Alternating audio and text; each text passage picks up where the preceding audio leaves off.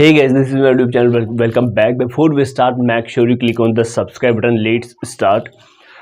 Majorly है जो what is the difference between revolution and rechecking, इसके रिगार्डिंग है जो बात करने वाला है। हालांकि मैं आपको लास्ट में मोस्ट इम्पोर्टेंट थिंग मैं आपको जो बताऊंगा वो भी आप है जो वहाँ तक पहुँचना आप बिल्कुल ईजीली।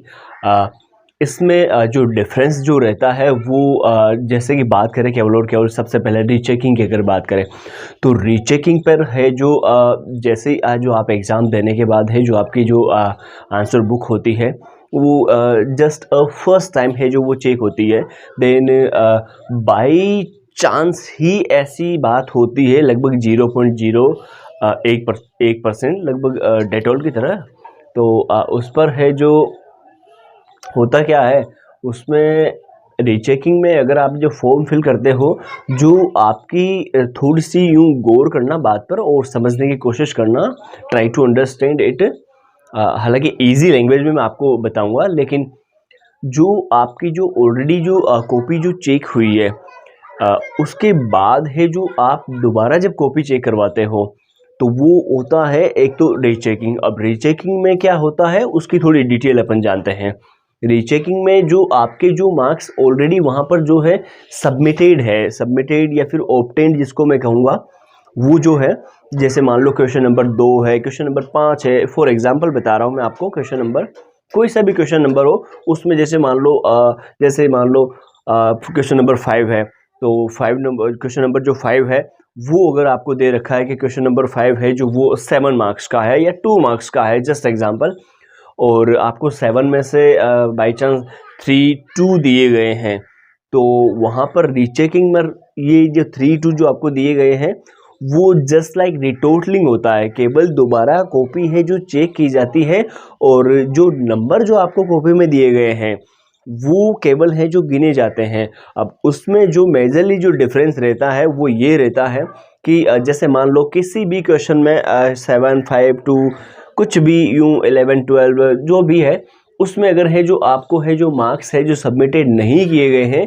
या फिर है जो आपके आंसर बुक जो है आपकी बोर्ड की कॉपी है, यूनिवर्सिटी की जो कॉपी है आपकी, उसमें है जो आपको है जो उसमें मार्क्स नहीं दिए गए हैं, कहने का मतलब ये हो गया कि बाई चांस बाई मिस्टेक है जो चेक करना है जो भूल गए होंगे या फिर है जो अगर आपका वे ऑफ आंसरिंग, अगर आपका आंसर देने का तरीका अच्छा है कि आपने गैप दिया था क्वेश्चन के बीच में तो फिर वो वहाँ पर तो थोड़ी सी है जो फोकस हो जाता है, हाईलाइट हो जाता है। लेकिन अगर आप जस्ट कंटिन्यू अगर आप आंसरिंग कर रहे हो क्वेश्चंस के तो फिर वहाँ पर है जो ऐसे मिस्टेक के जो चांसेस है वो काफ़ी ज़्यादा इंक्रीज़ हो जाते हैं, क्योंकि वहाँ पर है जो कोई अकेले बच्चे की जो आंसर बुक रहे हैं वो नहीं रहती है।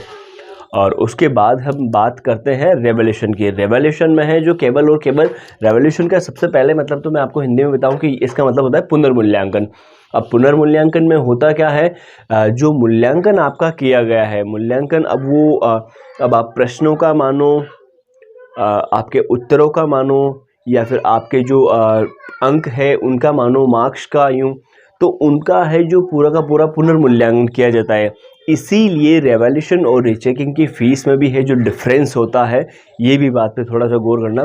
बाकी है जो अंतिम बात ये है, नीचे है जो आपको किसी भी बोर्ड से हो, किसी भी यूनिवर्सिटी से हो, नीचे आपको कमेंट सेक्शन में पिन करके मैं अभी हेल्पलाइन नंबर मैं प्रोवाइड करवा दूँगा, पिन करवा दूँगा मैं अभी टीम से।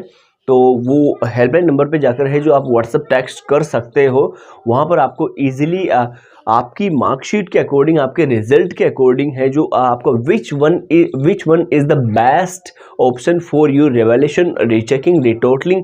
और किसी बच्चों को है जो सप्लीमेंट्री भी होती है, कंपार्टमेंट भी होता है, तो फिर वो आपको बेटर वैसे है जो एडवाइस है जो वो प्रॉपर बेटर वैसे आपको है जो दे सकते हैं। तो आप एक बार ज़रूर वहाँ पर जाइए और एक बार है जो जानकारी ले लीजिए, क्योंकि ये कोई एक दिन की बात नहीं है। That is your career, that is your time, that is your last year, that is your सब सारी चीज़ें आ जाती है। आपके क्लासमेट हो गए, सब कुछ हो गया यूँ, क्लासमेट है, फ्यूचर है, करियर है, ऊपर से जो टाइम जो है, मेनली जो टाइम कहूँगा सबसे बड़ा टाइम होता है, क्योंकि that is the note matter of whole year. पूरा आपने 1 साल वहाँ पर लगाया है, तो उसका जो कमबैक जो रहता है, उसका जो उसकी जो प्रोडक्टिविटी रहती है वो डिपेंडेंट ऑन यू कम्प्लीटली। तो होप यू अंडरस्टैंड इट। तो आगे के लिए मैं बेस्ट ऑफ लक कहना चाहूँगा। Thank you so much, see you. Subscribe now please.